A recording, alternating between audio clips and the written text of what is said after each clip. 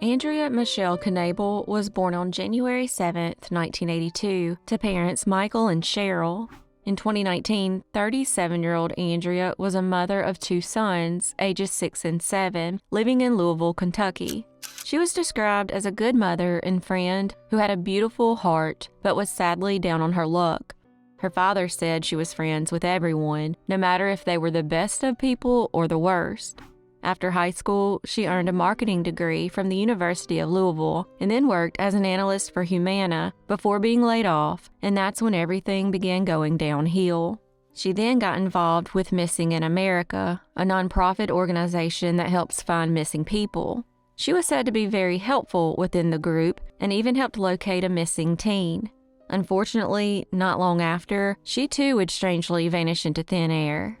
On the night of January 23, 2019, Andrea's car broke down on the highway and she was forced to leave it.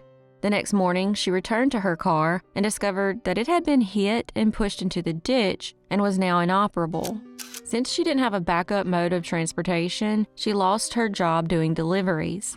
It seemed like in the span of 2 years, it was one problem after the other. Her sister Erin, along with other family members, tried to help her but had little success. If things couldn't get any worse, she became infected with a horrible facial infection. It was also suspected that she was abusing her prescription medications or possibly even experimenting with drugs. At this point, her family was very concerned about her mental health and was trying to get her into counseling. Her father even offered to pay for rehab, but it didn't sit well with Andrea, who was upset that her family was questioning her possible abuse of her medications. Regardless, she needed to buy another car, but didn't have the money, so she created a GoFundMe page, but unfortunately, it was a bust. Things continued to go downhill, and on the evening of August 12, 2019, while staying at her mother's house, she and her sister Sarah got into a heated argument after Sarah expressed her disappointment in Andrea's life choices. Also living in the home was Sarah's fiancé, Ethan Bates, and their small child. Her mother was not staying at the house at the time because of renovations. At about 9 that night, Ethan, along with his son, drove Andrea to the Kentucky One Medical Center to have the skin infection on her face treated, stopping by McDonald's on the way. After she was done, at 11:22 p.m., she got a ride share through Lyft back to her mother's home. When she arrived at around midnight, she didn't have a key to get back in. Apparently, this was a common occurrence, and she would just sleep in her car, but this night was different. Her car was there, but was inoperable, and by the following morning, she would be gone. Even worse was that her family was awake inside, but didn't let her in because they were afraid she would be too upset. After walking away from her mother's home, she showed up at her sister Erin's house, less than a mile away. When she arrived, Erin was sitting on the porch, but was facing a different direction and didn't see if someone had dropped her off. Regardless, when Andrea showed up, she was extremely upset and began venting to Erin about her life and about everything that was going on.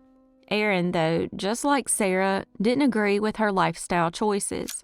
In an attempt to calm her down, she called their father and woke him up, hoping he could help, but he was also unsuccessful. Erin would then make one of the worst decisions of her life by sending Andrea back to her mother's home. Their father even asked Erin to call their mother Cheryl to make sure that Andrea made it back to the house okay, but she chose not, thinking there was no reason because of the short distance she had to walk. After telling Andrea that everything would be okay and to just go get some rest, she would never see her sister again. Cell phone records show that she left Erin's at 1:38 a.m. and walked back to her mother's, arriving 16 minutes later. It's unclear if she ever made it inside her mother's home, but it was determined that some calls were placed from her cell phone before it either died or was turned off. One of those calls was at 2:12 a.m. using FaceTime, but the person she was calling never answered. The phone stayed active at her mother's home until around 2:50 to 3 a.m. It remained off until about 6:30 a.m. when it briefly came back on, but it wasn't on long enough to get its location. Over the next few days, Erin continued trying to reach her without any luck. She messaged friends and asked family members, but they didn't respond. She then reported her missing on August 17, 2019, 5 days after she went missing. Some of her family believes she was calling around to get a ride from someone that night, and it's possible that whoever picked her up did something to her. When investigators questioned Sarah and Ethan about whether or not Andrea made it into the home that night, they strangely wouldn't provide a straight answer. This lends to the theory that she did make it into the house that night, and they were responsible for her disappearance. Another theory is that her disappearance is related to her involvement with the Missing in America group. A documentary was even made called Finding Andrea, and it made her involvement with the group the center of why she disappeared. However, in actuality, her involvement with the group was very little, and she was not actively investigating any missing persons. Unfortunately, the documentary, along with other media outlets such as Dr. Phil, were just trying to sensationalize her story by falsely claiming she was in the middle of an investigation, which she was not. Since her disappearance, there have been hundreds of reported sightings of Andrea, but to date, none of them appear to be legit. Investigators also looked into her children's fathers, but found no link was found and they were ruled out. Interestingly, several of her missing person flowers have been removed, covered up, and even destroyed, making some believe that whoever is responsible for her disappearance is trying to prevent her case from getting attention. Her family received a possible break in the case when an alleged victim of trafficking called and told them she knew what happened to Andrea. She said Andrea was picked up from her mother's house that night and taken to a party where she was given drugs. Once she was under the influence, they tried to take her to be sex trafficked, but she resisted. She was then tortured, humiliated, and ultimately killed. The woman said that one of the men involved works as a corrections officer. She even asked Andrea's family for forgiveness for not being able to help her. However, investigators don't believe she is telling the truth, but they haven't been able to prove it one way or the other. After hearing the story, her father reached out to the FBI. On November 27, 2019, Aaron noticed a suspicious gold 2004 or 2005 Chevy Impala passing in front of her house multiple times. The windows were tinted, but she could see two people in the car. She called the police and gave them the car's plates, and it came back as stolen. It was later determined that the car belonged to a drug dealer, and some wondered if that was who she was buying drugs from and maybe even owed him money. Aaron and their father continued to search for her and have traveled to some very shady areas where they have witnessed crimes and put their lives at risk. They've even had people try to run them off the road and extort them. Sadly, as of July 2024, Andrea has never been found, and this case remains unsolved.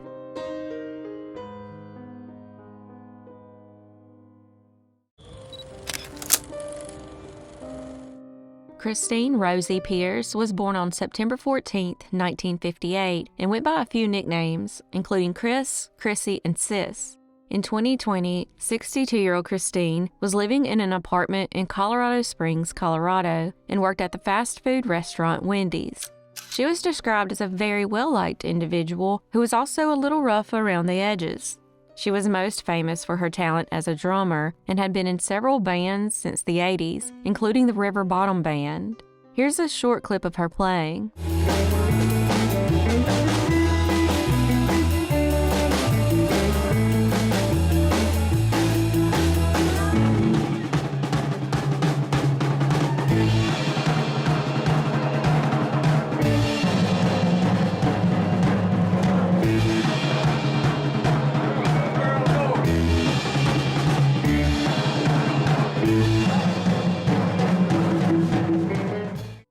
Christine was also known for her consistent routine, which rarely changed. So when she broke that routine on October 17, 2020, her friends immediately knew something was wrong.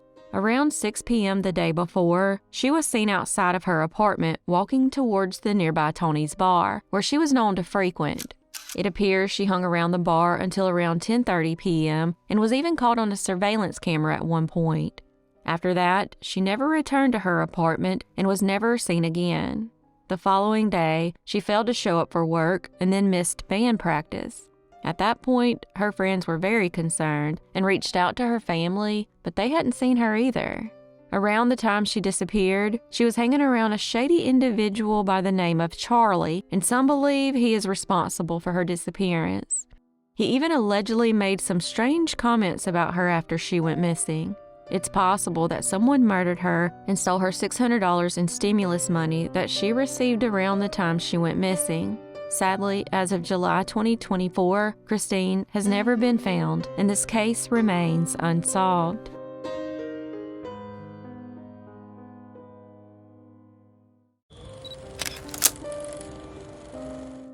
Jason Andrew Knapp was born in Pennsylvania on December 30th, 1977, to parents John and Deborah. He was described as a very loyal and protective individual who was a member of the football and wrestling team and also ran cross country. However, his dreams of becoming a pilot were shattered after learning he was colorblind. In 1998, 20-year-old Jason was an engineering student at Clemson University in South Carolina, living at the University Terrace Apartments. He was also a member of the ROTC and the Pershing Rifles Corps Club. He had everything going for him until he strangely vanished one day. That spring, Jason allegedly got into an argument with one of his roommates and decided to move out. It's worth noting that some reports say the lease on his apartment was up, and that's why he was moving out. Regardless, on Saturday, April 11, 1998, he spent the morning packing up his stuff. At about 1:30 p.m., he went to the fast food restaurant Wendy's and bought some food. He also bought a 6-pack of root beer and some juice and withdrew $20 from his bank account. Between 3 and 5 that evening, he went to the Table Rock State Park and parked his vehicle in the first row of spaces near the lake. After leaving, his car never left the park, and he was never seen again. 6 days later, he was reported missing, and 2 days after that, his white 1990 Chevrolet Beretta was found still sitting inside the park. The doors were locked, meaning that Jason most likely walked away from the car after locking it. It's possible that he decided to hike the trail, but he likely had intentions of returning because he had left his camping gear in his car. However, that could have proved very dangerous, considering the entire trail takes around 5 hours, and that would have put him walking after dark. A year later, the FBI was able to match his fingerprint on the parking stub, meaning it was definitely Jason who drove the car to the park that day. Some believe he went for the hike in order to clear his head, or maybe he wanted to get a view of the sunset and accidentally fell off one of the cliffs. The park is known, though, for its rough terrain and steep mountains, and that made the searches for him very difficult. Strangely, 3,400 man-hours, including law enforcement, volunteers, and even dog teams, searched for him but found no trace of him except for his car. Did he really go for a hike, or did something else happen that day? His mother, Deborah, said that he wasn't the type of person to go hiking alone and not let someone know. In 2007, the Pickens County Sheriff's Department took over the case, and in 2008, they interviewed serial killer Gary Hilton, aka the National Forest serial killer, who was known for killing hikers in North Georgia and Florida. However, he denied knowing anything about Jason, but interestingly, his whereabouts on April 11, 1998 have never been accounted for. 3 of his murders occurred within a 2 to 3 hour drive from Table Rock. He was eventually caught and convicted of murdering 4 people between 2007 and 2008. However, he's a suspect in 5 other cases dating back to 1997, including Jason's case. So, what really happened to Jason? Did he go for a hike and get lost, or have an accident, or was he murdered by Gary Hilton? Let me know your thoughts in the comments below. Sadly, as of July 2024, Jason has never been found, and this case remains unsolved.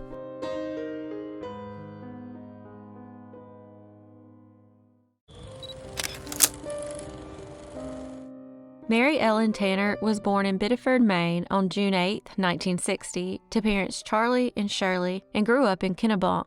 She was described as a fun individual with a beautiful smile. In April of 1978, 17-year-old Mary became pregnant by her boyfriend Michael. That summer, she and Michael were waiting tables at the Glenmore restaurant when a horrible tragedy occurred. On July 7, 1978, Mary attended the dump parade with her friends Jackie O'Keefe and Debbie DeTesso. Afterward, around 7 p.m., she made her way to the restaurant, but when she arrived, she found that Michael had already left to attend his brother's funeral in Waltham, Massachusetts. A few hours later, she and Linda Lawrence decided to hitchhike to an outdoor field party at a place known as The Hill, which was located about 3.5 miles west of Kennebunkport, near the Rachel Carson Wildlife Refuge. Mary didn't plan to stay very long because she had to make the drive to Massachusetts to join Michael for the funeral. So by 11:30 p.m., she was ready to go home, but could only find a ride to Cooper's Corner with her friend Jackie and Jackie's sister Candace. Once there, she called a ride from an unknown person to the center of Kennebunk, which was only about a mile from her home. She then stood on the Mousom River Bridge, thumbing for a ride for the final part of her trip. Sadly, a girl who went to school with Mary saw her as she was standing on the bridge and thought about stopping, but her car was already full. A little way down the road, the girl changed her mind and turned around, but sadly, by the time they got back, Mary was already gone and was never seen again. The spot where she was dropped off is now known as the Lafayette and houses multiple businesses, including the headquarters for the toothpaste company Tom's of Maine.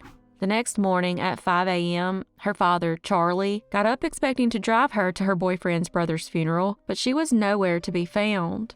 2 days later, on Sunday, July 9th, 1978, at Gracie Evans Field, a grassy airstrip which is located about 10 miles from where she was last seen, a 22-year-old man named Dan Alho, who was with the Thunderbird skydivers, was taken off in his Cessna 180 when he spotted Mary's nude body lying in the grass.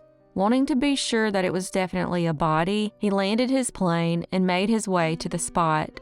Once there, he confirmed it was a female's remains and called the police. When investigators arrived, they found Mary lying face down in the grass, with a gold necklace lying beside her and tire tracks leading away. However, they didn't know at the time who she was. An autopsy determined that she had been stabbed and beaten to death, but they were unable to determine if she had been sexually assaulted. They also found that she was 3 months pregnant. Her death was then ruled a homicide. Investigators then sent the information about the unidentified body to the news, hoping someone would recognize her. That's when her friends Jackie and Debbie saw the broadcast that showed the gold chain necklace and knew right away it was her. Now that investigators had identified Mary as the victim, they began searching for her killer. Michael was brought in for questioning, but was quickly ruled out after passing a polygraph, not to mention he wasn't even in town that night. They then discovered that the party on the Hill wasn't the only party that weekend. Turns out a keg party took place on Saturday night in a wooded area next to the airstrip where her body was ultimately found. While the party was going on, Mary was most likely already dead and lying not far from them. Investigators had a hard time with her timeline on the night she was murdered because of all the different sightings of her. While it's suspected that she went from the party to Cooper's Corner, then to the bridge in Kennebunk, another friend of hers named Bill Lawrence claims he saw her at Gooch's Beach. This location is a mile south of Cooper's Corner and in the opposite direction of Kennebunk. He said they spoke, and she said she was hitchhiking home, and he offered to join her after he finished his beer. However, before he was finished, he saw her get into a car with 3 other people that he didn't recognize. While he regrets letting her go alone, this was likely not the ride that ended in her death, since she eventually made it to the bridge in Kennebunk. I think it's possible that she went from the party to Gooch's Beach first, and the ride from there was to Cooper's Corner, but that's only a theory. One person that people have suspected for years is Bruce Foley, who was 12 years older than Mary. At the time of her murder, he was out on bail after being arrested for sexually assaulting a female. Several women have since come forward and talked about Foley's violent nature, stalking, and sexual aggression toward women. He was later convicted and sentenced to prison in Minnesota for a kidnapping and sexual assault charge.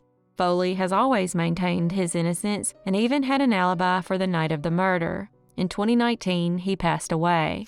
Her sister, Beth, believes she knows who killed her sister, but has never mentioned his name publicly. It's worth noting that Beth and her family do not believe that Foley was responsible for Mary's murder. Interestingly, this was not Kennebunk's first teen murder.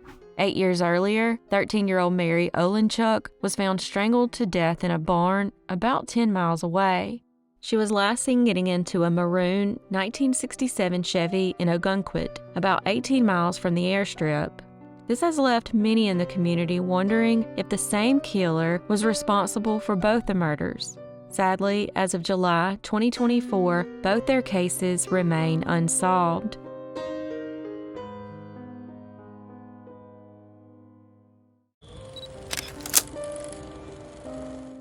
Timothy Andrew MacColl was born in 1984 in Scotland and went by Timmy. In 2012, 27-year-old Timmy was married with 2 kids and had one on the way. He was also a member of the Royal Navy and was stationed on the HMS Westminster in the Middle East when a horrible tragedy occurred. On May 26, 2012, the ship docked in Port Rashid, Dubai, and Timmy was allowed to disembark. He spent the day swimming at the Seafarer's Mission before he and his fellow sailors went to drink at the Rock Bottom Cafe in the Regent Palace Hotel. After getting drunk, his fellow sailors put him in a cab around 2 a.m. to take him back to the ship, which should have been a 15-minute drive. However, he never arrived and was never seen again. He was reported missing that same day, and 2 counter-terrorism command officers from the UK were flown to assist the Dubai police. Meanwhile, fellow sailors also searched for him. They even walked the route that the taxi would have taken and spoke with locals in the area, but it turned up nothing. Divers, dogs, and helicopters equipped with heat-seeking equipment were also unable to find him. 4 days later, the ship left while officers continued their investigation. They were then able to track down the cab driver who picked Timmy up. He said that he stopped to ask for directions to the ship, but when he returned to his taxi, Timmy was gone. Some believe he might have taken another cab back into Dubai. However, looking at the map, it seems odd to me that the cab driver wouldn't have known how to get to the port. It's possible, since he was from Bangladesh, that he was not completely familiar with the area yet. Sadly, he had made plans to speak with his children on Skype the following day. When he missed the call, his wife had no clue he was missing until 72 hours later. She has since criticized the Royal Navy for the delay. Investigators began to suspect that he fell into the sea and accidentally drowned. Then, in 2014, they officially declared him dead and issued a death certificate that listed the death as drowning, even though there was no evidence to back this up. His family doesn't believe this and feels like something else happened, and the Royal Navy is covering it up. The Navy wouldn't even let his shipmates wear yellow ribbons in his honor. His family then traveled to Dubai and met with police and Navy officials, but received no new information.